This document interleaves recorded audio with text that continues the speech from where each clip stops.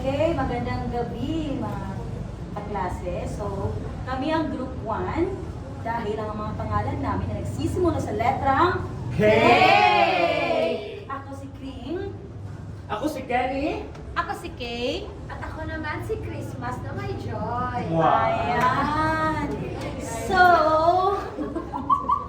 ngayong gabi, ay, makinig muna kayo sa amin, okay? Ngayong gabi, ay pag-uusapan natin ang isang isyong nararanasan natin lahat. I know you know it, guys. Ito ay ang pagtaas ng bilihin. Na-feel nyo ba yun, yung pagtaas ng bilihin? Of course. Ayan. So, ang ating paksa ngayong gabi ay inflasyon, mga dahilan, epekto at paraan ng pagtugon. Ngunit, bago tayo magsimula, tayo muna yung magsiupo at iniupo ang ating tulog para sa isang maikling panalangin. Panginoong Diyos, samahan niyo po kami sa aming pag-aaral ngayon at sana po maibahagi namin sa aming mga kaklase at pag-aaral ng aming paksa at sana po ay ma-absorb nila ang aming nadalampayin ngayon. Sa ngalan ni Jesus. Amen. Salamat. Okay. Bago tayo magsimula, kukuha muna tayo kung sino ang lumalong sa ating klase ngayon. Okay. But, yung gagawin natin ay hindi simple, narito po ako. Ang gagawin natin is, kung sasabihin ko ang inyong pangalan, magbigay kayo ng isang salita na pumapasok sa isip niyo pag naririnig ang salitang pera. Okay? Sige. Alverio Roslyn. Pera. Ano yung pera? Para sa iyo. Para sa'yo na yung pera. Mukhang pera. Si Leonard. Jollibee. Alverio Charmaine.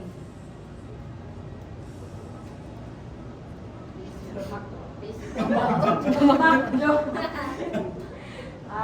Ladanio. Need. Need. Pangangailangan. Okay. Okay. Ladera. Ekonomiya. Okay. Miralio. May tao. Pilapil. Kurente. Okay. Yan. Relasyon. Wala daw siya relasyon. Relasyon sa kurta. Sa inyo, sir. Pera, shopping. Shopping. Okay. Ruela. Loto. Wow, Loto. Gusto ko yan. At sa panghuli, tayo po. Ano yung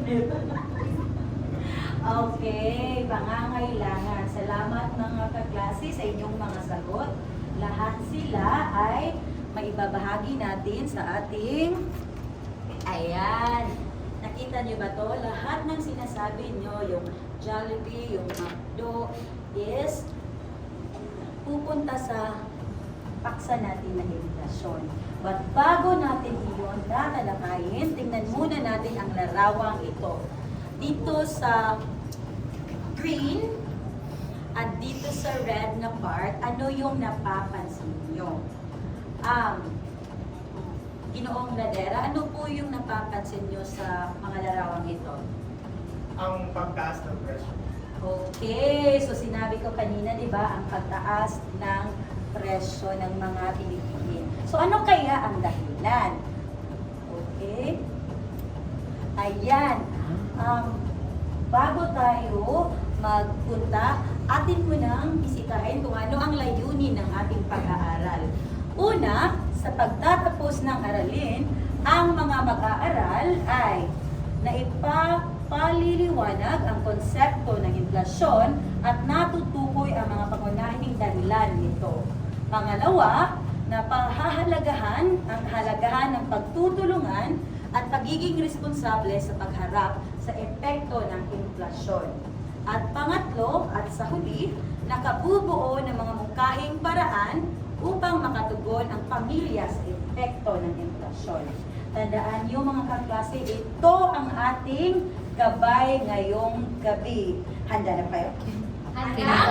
Of course! Ayan! Okay. Ngunit, bago tayo magsimula sa ating talakayan, may gagawin muna tayo, no? Everyone, listening? Okay. So, ang gagawin natin ay pinamagatang sanhi o epekto. Hahatiin ko ang klase sa dalawang pangkat. Pero kailangan natin group. So, we already have our group. So, yeah. Ang bawat pangkat ay bibigyan ng ilang sitwasyon na may kaugnayan sa pagtaas ng presyo ng mga bilihin. Ang gagawin nyo lang ay simple. Una, sa sariling salita, yung ipapaliwanag kung ano ang inflasyon. At pangalawa, tukuyin kung ang sumusunod na sitwasyon, kung ito ba ay sanhi o epekto ng inflasyon. May 4 na pagpipilian or sasagutan. At pangatlo, at panghuli, no? Ipaliliwanag kung bakit iyon ang iyong naging kasagutan. Kaya naman, maaari ko ba kayong imbitahan upang mag-isang so sa English, anak, go to your group. Meron akong ibibigay sa inyo.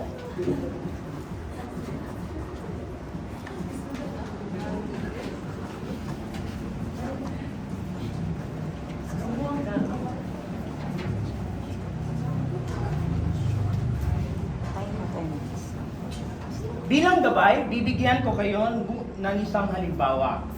So, halimbawa, mas maraming bumibili ng asukal kesa sa dami ng supply nito.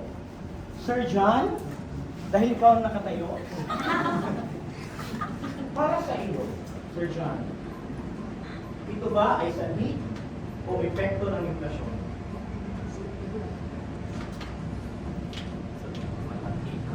Mas maraming tao ang bumibili ng asukal kesa sa dami ng supply nito. Para sa iyo, ito ba ay epekto o sanhi ng inflasyon? Epekto. Epekto. Okay. Thank you, Sir John. Maaari ka ng maraming salamat. Okay. Ang tamang sagot ay maaaring ito ay sanhi. Dahil, Sir John, kapag mas mataas ang demand kesa sa supply, may posibilidad na mas tumaas ang presyo ng produkto. Kaya ang tamang sagot nito ay sanhi. Okay. Ang mga kagrupo ay tiyaging lahat ay may pagkakataong magkapagbahagi ng ideya. Kaya kung handa na kayo, maaari na kayong magsimula.